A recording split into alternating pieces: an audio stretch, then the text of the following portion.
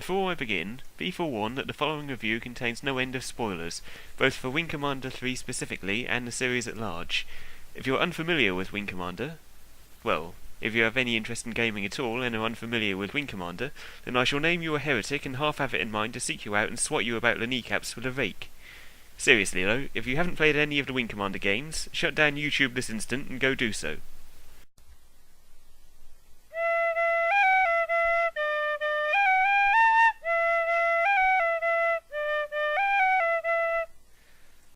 Wing Commander 3 is the final game covering the series' foremost storyline, the war between the Terran Confederation and the Kilrathi, a race of unfriendly tiger lions looking to destroy humanity. Once again, the game casts the player as Colonel Christopher Blair, also the protagonist of the first two games, and this time played by Mark Hamill. Wing Commander had several spin-off titles such as Privateer, Armada and Academy, and there was also a number of novels, a movie, a Saturday morning cartoon series, and a trading card game, which all helped to expand the universe the story was set in. At its heart, however, Wing Commander was always about Blair, and the humanity's fight for survival shown through his eyes, which came to an explosive climax in the third game. That's a pun, not just a cliché. Things aren't going well for our hero as the game starts. His girlfriend has been captured by the furry malefactors, and his beloved home carrier from Wing Commander 2, the TCS Concordia, pride of the fleet, has, well...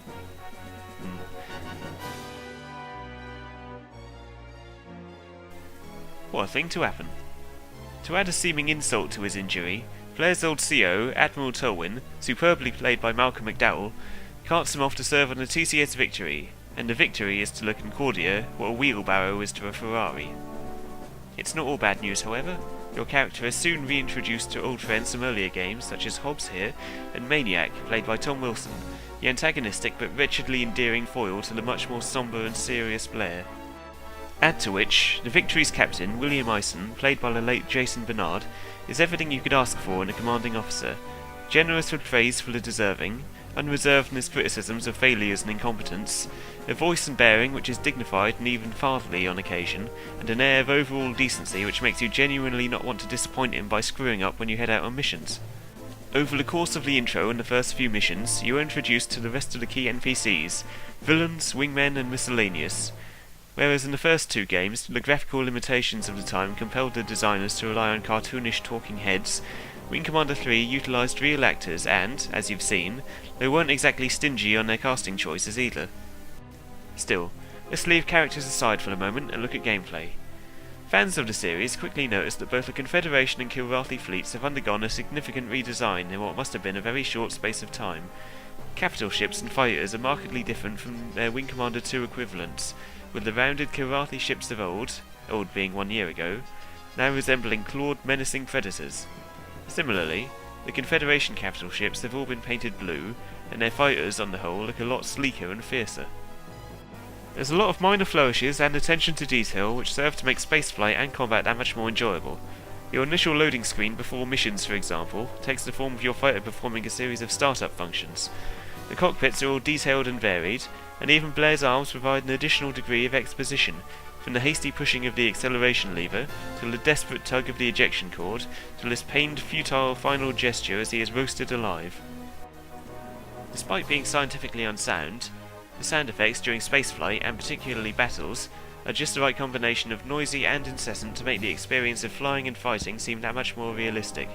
The graphics, well dated by today's standards, are among the best that were on offer at the time of Wing Commander 3's release. Many a fan awaiting this game back in the 90s had quivered in dread at the sight of the horrendously demanding system requirements. Returning to the cinematics for a moment, you can also see the level of detail employed here. These feline alien puppets, for example, are surprisingly menacing, and playing the game you have no trouble believing that these are your species' mortal enemies stood inside what the script describes as a large Gothic cathedral of hell, or here in the office of one of the highest ranking figures in a spacefaring navy, or here in an elevator shaft. Combat retains the charm of the first two games. By and large, you'll find yourself engaging in aerial duels with enemy fighters, outflying them and shooting them down. Or, if you're pressed for time, just shove a missile their way. In truth, of course, it's not nearly as straightforward as that, unless you want it to be. The player has the option of selecting their own difficulty settings, ranging from Rookie, the easiest, to Nightmare, the hardest. At the lower settings, the Kilrathi are little more than hovering bullseyes, and at higher settings they can easily tear you or any other friendly ship apart in a matter of moments. Also, the option exists to cheat and render yourself invincible.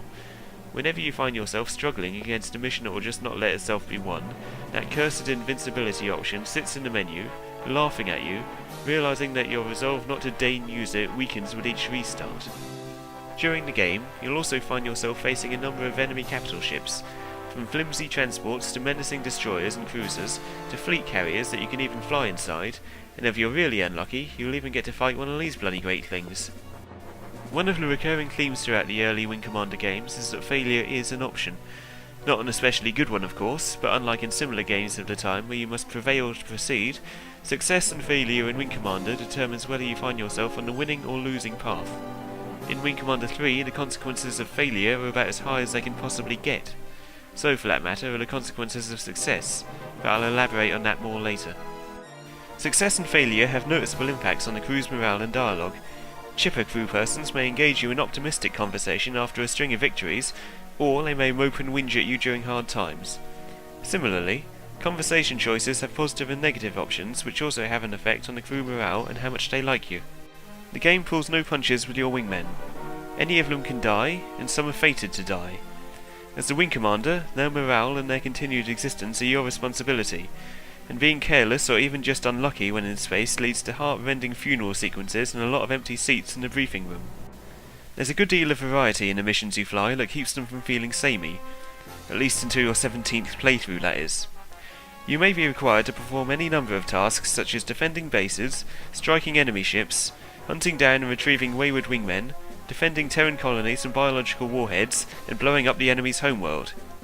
I warned you that there were spoilers. If you didn't know that already, then I'll not apologise.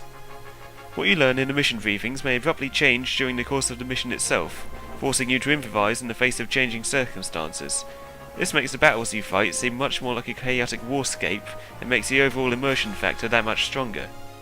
What really drives home the immersion, though, in my opinion, is that the game compels the player to make choices befitting someone of Blair's rank and position, from straightforward conversational options such as friendly or jerk, to the more difficult and significant choices, vengeance or duty, reluctant sense or drunken despair, blonde or redhead, and others.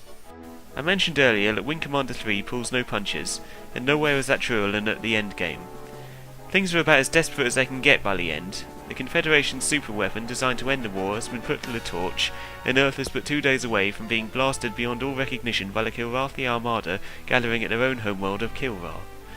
The last hope rests with you, in a nifty planet-smiting contraption known as the Tembler Bomb. Armed with this and a temperamental cloaking device, you are tasked to strike deep into the enemy's home star system, destroy their homeworld and, by extension, their entire navy. Succeed, and the demoralised remnants of the enemy shall surrender to you. Fail, and Earth, and likely all humanity, shall be wiped out. Both options are dark, and while there is literally no other way for humanity to win the war than by destroying Kilrathi, the fact remains that by doing so, you consign billions of civilians to death. As you fly away as fast as your engines can carry you, cubs barely old enough to speak all over the planet are asking their mothers while the ground is shaking and the sky is on fire in the last moments before they are burned alive. Because of you. And horrific as it is, it has to be done, because otherwise, this happens. The game, and the series at large, always present a very realistic view of the horrors of war. There are never any Jingo-esque cardboard cut-out heroes, nor are there any moustache-twirling villains.